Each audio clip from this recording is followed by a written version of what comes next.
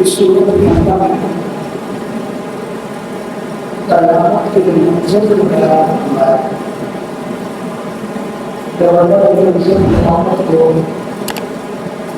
قائم فرمائیں گے تو آسمان اور دنیا کے نظام کو کس طرح لپیٹیں گے. اللہ نے اس منظر کو اس صورت میں بیان فرمایا. قرآن پاک کی 32 سورتیں جتنی بھی ہیں اللہ نے اس میں توحید کو بیان فرمایا.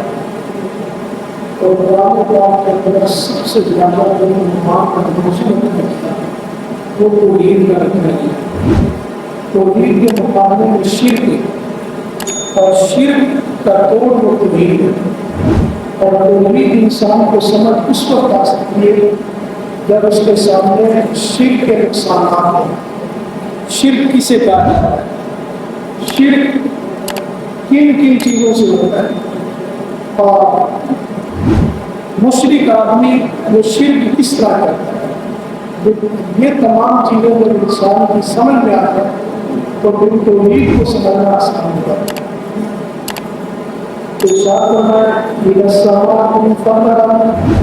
کہ جب آسمان پھٹ جائے گا، جب آسمان پھٹ جائے گا، اللہ رب العزت جب قیامت کے نظام کو لے کر آئیں گے تو یہ آسمان جس طرح آپ دیکھتے کہ تمبو ٹینٹ کپڑا اوپر ہو تو اس کپڑے کو جس طرح لپیٹ دیا جائے، اللہ اس طرح آسمان کے نظام کو لپیٹ دے. پہلا وہ آسمان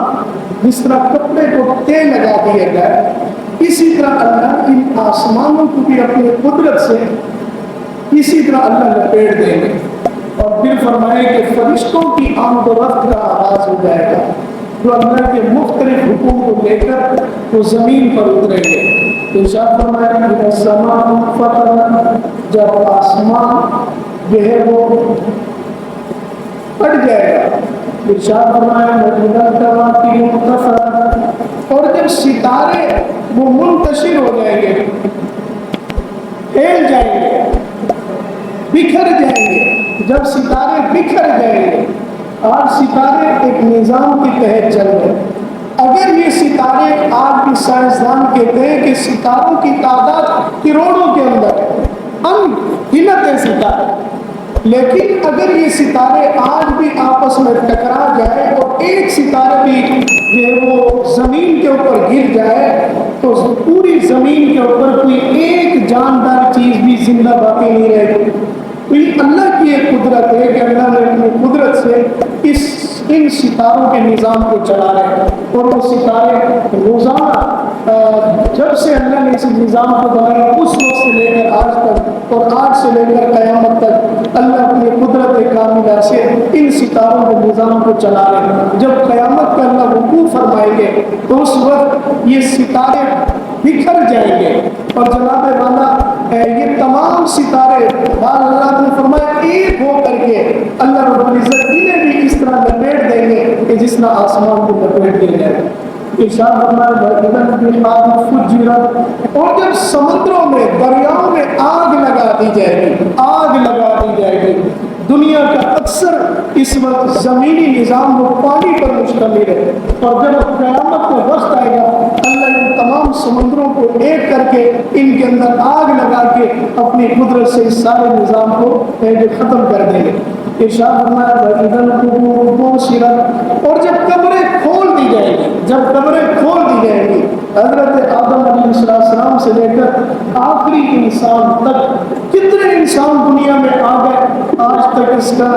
کوئی اندازہ نہیں لگا پایا۔ کوئی سائنسدان، کوئی دنیا کے اندر اس قسم کا کوئی نظام آج تک ایجاد نہیں ہوا جو ان انسانوں کا اندازہ لگائے کہ اب تک اللہ نے کتنے انسانوں کو پیدا کیا، پھر کتنے انسان ایسے، کسی کو قبر نصیب ہوئی کسی کو نہیں ہوئی، کسی کے جسم کے لوتھڑے جو ہیں وہ فضاؤں میں بکھر گئے۔ مثال کے طور پہ کوئی آدمی سمندر میں ڈوب گیا، کوئی پانی میں ڈوب گیا، آج تک اس کی لاش نہیں ملی۔ کتنے لوگ ہوتے ہیں جو فضائی حادثات کے اندر وہ مر جاتے ہیں اور جناب والا ان کے جسم کی بوٹیاں بوٹیاں ہواؤں کے اندر بکھر جاتی ہیں۔ تو اللہ رب العزت ایک وقت آئے گا کہ قبروں میں سوئے ہوئے، پانی میں، پوری وہ مخلوق کے اندر، ان ذرات کے اندر جو انسانوں کے وجود کے ٹکڑے ہیں، اللہ ان سب کو ایک کرے گا اور جناب والا انسان کو انسان کی شکل دے گا اور پھر یہ اللہ قبروں سے اٹھا کر کے اپنے سامنے کھڑا کر دے گا۔ کہتے ہیں کہ ایک شخص تھا بنی اسرائیل کے اندر، اس نے اپنی اولاد کو مرنے کے وقت یہ وصیت کی، اپنے بیٹوں کو یہ وصیت کی کہ میں جب مر جاؤں تو میرے مرنے کے بعد میری لاش کو جلا دینا، میری لاش کو جلا دینا۔ اس مذہب کے اندر بھی مردے کو دفنایا جاتا تھا، لیکن اس نے کہا کہ نہیں، میری لاش کو جلا دینا، جب ہڈیاں بچ جائے تو ان ہڈیوں کو پیس دینا، اس کا چورا چور بن جائے، جب میری ہڈیوں کا چورن بن جائے تو پھر اس کے 3 حصے کرنا، ایک حصے کو پانی میں ڈال دینا، ایک کو ہوا میں بکھیر دینا، ایک کو پہاڑوں پہ ڈال دینا۔ تو اولاد مجبور تھی، جب باپ کا انتقال ہوا تو وصیت کے مطابق اسے جلایا گیا، اس کی ہڈیوں کو پیسا گیا، پھر جناب والا کچھ پانی میں بہا دیا، کچھ ہوا میں بکھیر دیا، کچھ جناب والا پہاڑوں کے اوپر ڈال دیا گیا۔ بنی اسرائیل کا یہ جو شخص تھا، اس نبی پر اللہ نے اس مردے کے حالات ظاہر کیے اور بتایا گیا کہ اللہ نے اپنے قدرت سے پانی سے کہا میری امانت واپس کرو، ہوا سے کہا میری امانت واپس کرو، پہاڑوں سے کہا میری امانت واپس کرو۔ کیوں جو چورن تھا، اللہ نے کہا کن، اپنے کن سے، اپنے حکم سے، اپنے امر سے اللہ نے اس کی ہڈیاں بنائی، اس کے وجود بنایا، اس وجود پہ گوشت چڑھایا، اور گوشت چڑھانے کے بعد وہ پورا انسان تیار ہو گیا۔ اللہ نے اسے کھڑا کیا، کہا جب میں نے تجھے دفن ہونے کا حکم دیا تو نے اپنے آپ کو کیوں جلایا، تو نے اپنے آپ کو کیوں جلایا، یہ تو نے وصیت کیوں کی تھی؟ تو اس نے کہا تیرے خوف کے اندر کی، تیرے سامنے کھڑا نہیں ہو سکتا تھا، جواب دے نہیں تھا، قبر کی منزل برداشت نہیں کر سکتا تھا۔ بنی اسرائیل کے اس پیغمبر پہ اللہ نے حالات بولے، اچھا تو نے میرے خوف میں کیا، اچھا میرے خوف میں کیا تو میں نے تیری بخشش کر دی، میرے خوف میں کیا میں نے تیری بخشش کر دی۔ تو انسان کی روح کا تعلق مرنے کے بعد بھی انسان کے ساتھ رہتا ہے۔ لازمی نہیں ہے کہ جس کو قبر مل گئی، ہمارے سامنے ایک آگے کہ جناب قبر کے اندر منکر نکیر کا حساب ہے، عذاب ہے، لیکن جن لوگوں کو قبر نہیں ملی تو وہ اس عذاب قبر سے بچ گئے نہیں۔ بھائی روح کا جسم کے ساتھ اپنا تعلق ہے، ہمارے آپ کے گھر کے اندر جو بجلی آ رہی ہے، مسجد میں بجلی آ رہی ہے، گلی کے اندر بجلی آ رہی ہے، لیکن ان تمام کی ایک لائن ہے، ایک پاور ہاؤس ہے، اس پاور ہاؤس سے یہ تمام کنیکشن پورے علاقوں میں بھیجے ہوئے ہیں۔ وہی کنیکشن آپ کے گھر کے اندر ہے، مسجد کے اندر ہے۔ اگر یہ کنیکشن کاٹ دیا جائے، اگر یہاں کٹے تو یہاں بیٹھ نہیں، وہاں کٹے تو وہاں، اسی طرح اللہ نے انسان کی روح کا ایک مرکز بنایا ہوا ہے۔ اب چاہے انسان کو اسے قبر نصیب ہو تب، پانی نصیب ہو تب، زمین نصیب نہ ہو تب، کہیں پہ بھی اس کی روح نکل جائے لیکن وجود کے ساتھ اس کا تعلق، اس کا کنیکشن اللہ جوڑ دیتے ہیں۔ ارشاد فرمایا وَإِذَا الْقُبُورُ بُعْثِرَتْ، اور جب قبروں کو کھول دیا جائے گا عالمت نفس ما قدمت وأخرت، جان لے گا ہر نفس ما قدمت، جو اس نے نیک عمل آگے کے لیے بھیجے، وأخرت، اور جو نیک عمل دنیا میں چھوڑ گیا، جو نیک عمل دنیا میں چھوڑ گیا آخرت کے لیے اس نے نمازیں پڑھی، صدقہ کیا، خیرات کیا، اپنی زکوٰۃ ادا کی، اللہ کرتا رہا، اللہ کی فرما برداری پر پھر وہ کرتا رہا، اللہ کی فرما برداری کرتا رہا، یہ ما قدمت وأخرت، جانے کے بعد جو دنیا میں چھوڑ گیا، نیک اولاد چھوڑ دیا، نیک اولاد چھوڑ دیا ہے، کہیں اس نے پانی کا کنواں کھدوا دیا، پانی کا نل لگا دیا، مسجد تعمیر کروا دی، یا کوئی ایسا کار خیر کا کام چھوڑ گیا جو دنیا میں جانے کے بعد بھی وہ کار خیر کا کام ہوتا رہا، تو یہ تو اللہ رب العزت اس کو اجر پہنچا رہا ہے۔ اسی طرح ما قدمت وأخرت، اس نے گناہ کیے، کچھ گناہ آخرت کے لیے کیے، کچھ گناہ ایسے کیے جو خود تو دنیا سے چلا گیا لیکن اس کے جانے کے بعد بھی وہ گناہوں کے کام ہوئے، اللہ معاف کر دے۔ کہیں پہ اس نے استحقاق بنایا، کہیں پہ اس نے کوئی